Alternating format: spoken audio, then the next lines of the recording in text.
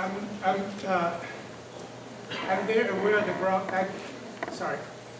I'm very aware of the law. The first year I got elected, we have to go through trainings. So I'm very aware, I have not violated once of any law anybody can claim.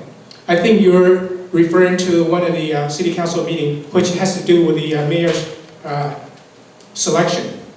With that, there is a video circulation out there, and you can be the judge yourself. In fact, November of 2015, District Attorney's Office sent us a formal letter saying that what was done was a violation of the Brown Act.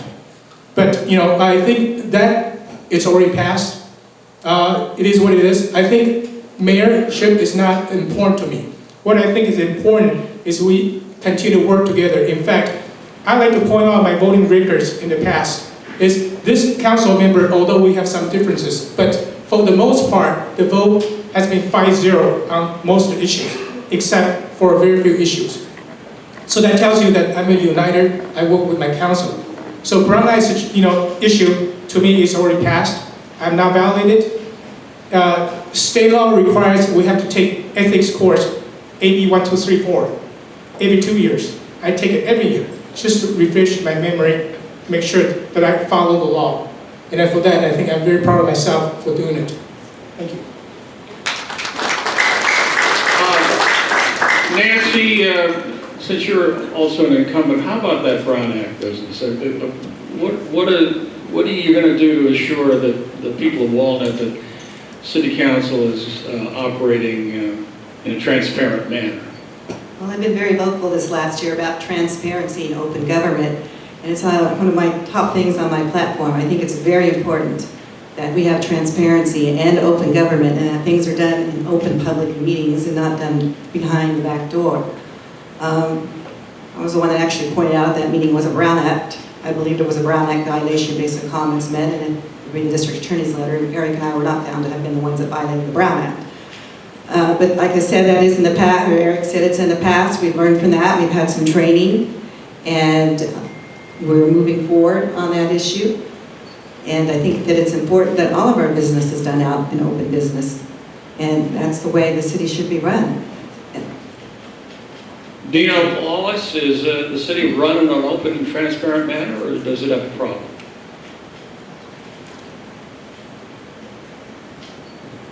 From my experience, I've had no issue with the city. I can go in and speak with the staff at my convenience and at their convenience, and I don't have an issue with any of the members of the city council. I'm friendly with all of them and will continue to be so. Andrew, let's change it up a little bit. Several of the cards I've gotten have inquired about your youth, and I guess the general tenor of the questions is, why should we vote for somebody who's so young? Yes, thank you. I am young. I will be 23 years old on Tuesday, but I'm a lifelong resident of this city. I care about this city. I grew up on Sawyer Wells Road. I've been in a variety of programs, from our music program. I was a commencement speaker for my graduating class at Walnut High School. I serve to, I want to give back to everything that has given to me. I'm very active with my alma mater's organization, Rutgers University Alumni Association. I care about this community. I have a background in urban planning, public policy, and political science. I have a vision for this city. I want my kids to enjoy this city just as much as I did when I grew up here. And so, yes, I am young, but I'm willing to work with all of my council colleagues, and I will be accessible to as many residents as I can be, and I look forward to serving the city for the next 4 years. Thank you.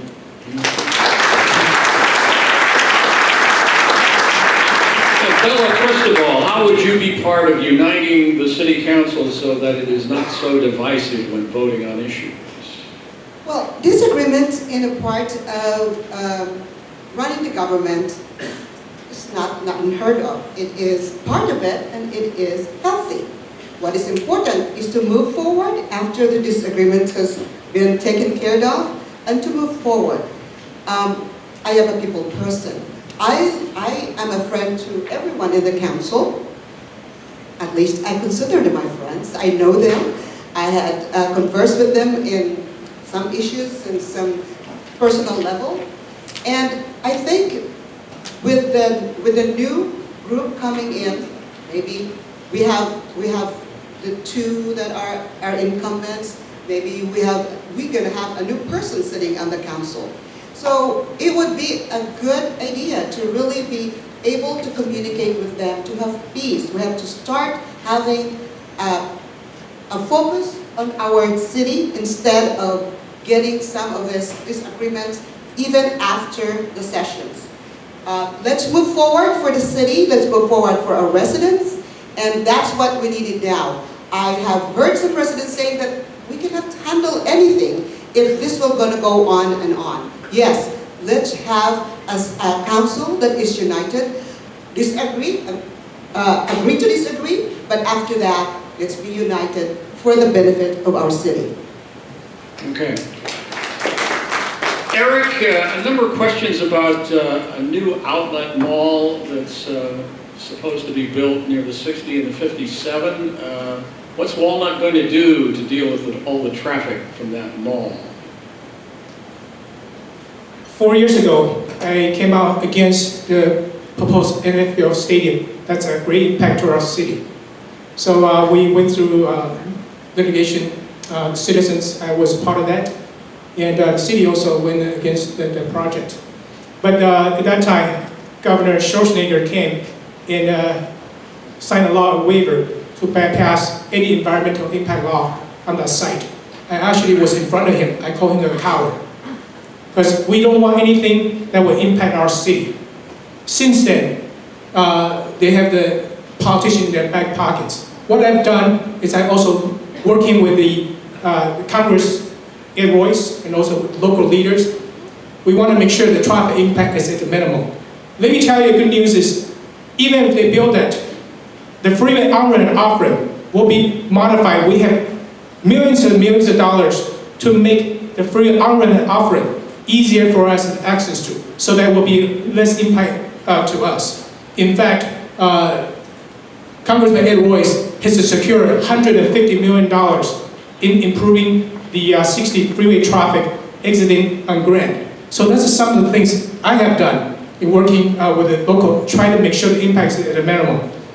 Do we want to go through litigation again on there? I don't think that's a win-win situation. I think the best things, we have continued asking to work with us. We will support a good project. Obviously, we will fight the bad project.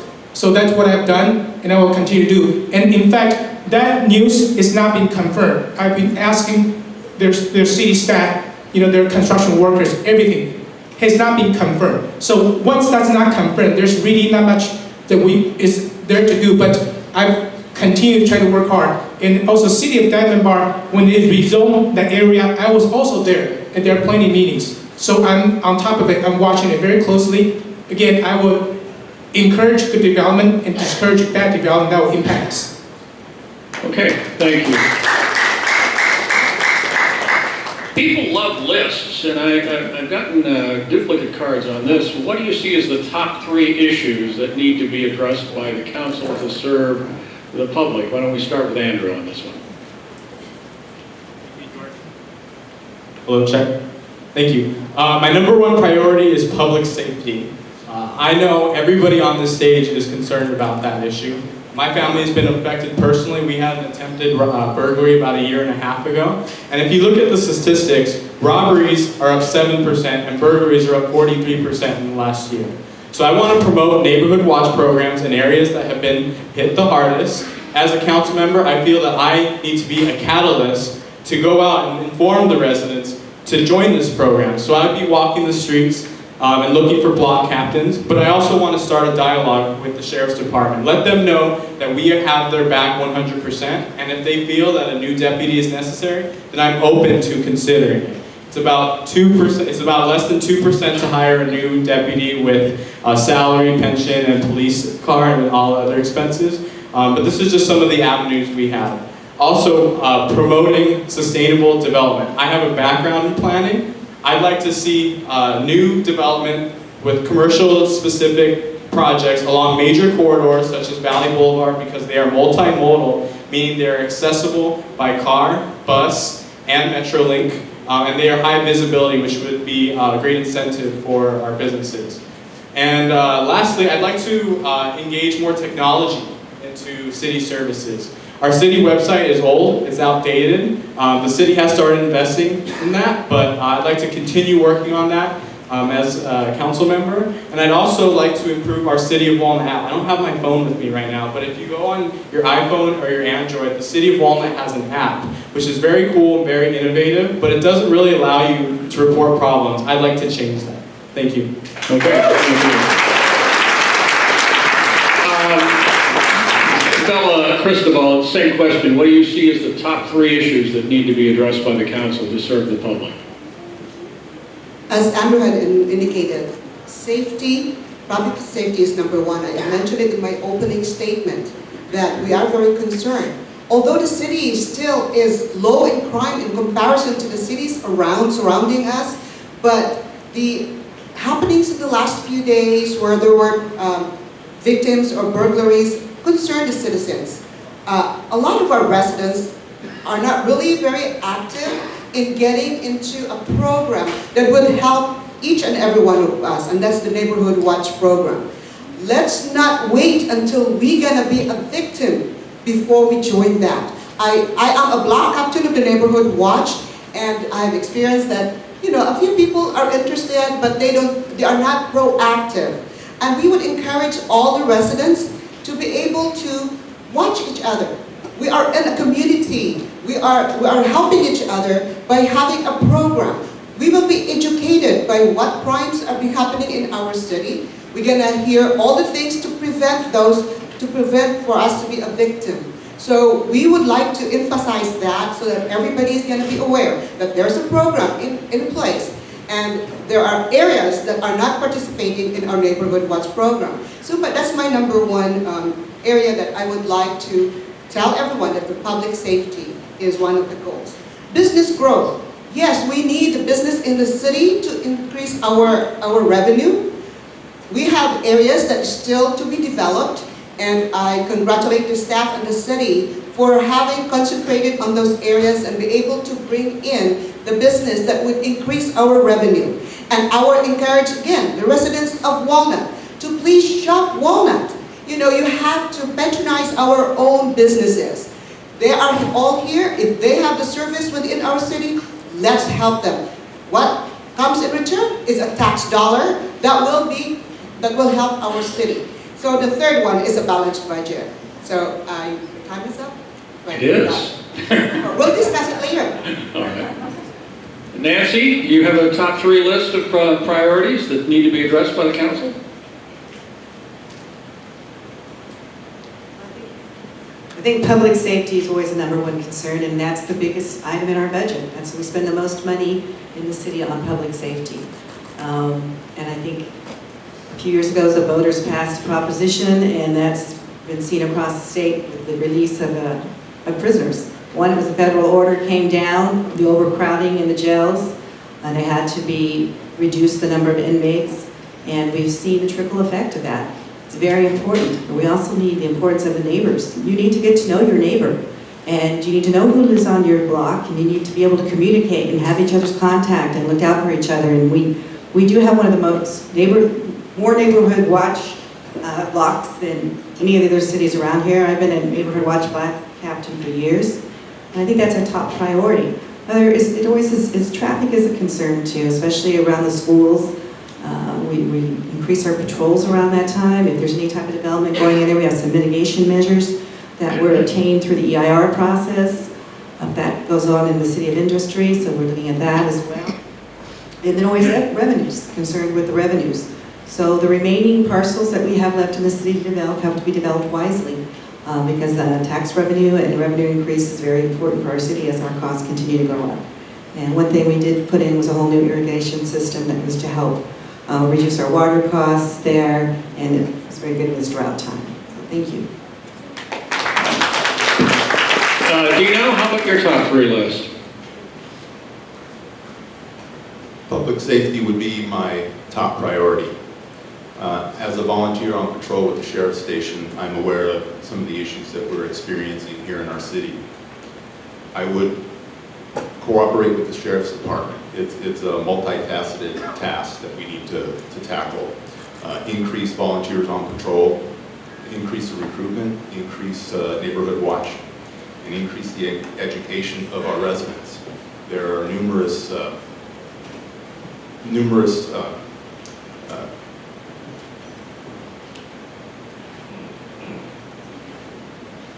services that the sheriff's station provide, such as vacation checks that our residents are not aware of. Over the last fiscal year, there are over 430 vacation checks performed by the sheriff department, and mainly the volunteers on patrol, not one burglary. So we need to enhance this and get this out to the residents. And also work with the residents on hardening their homes, better alarm systems, better security devices, and also within the neighborhood watch, adding technology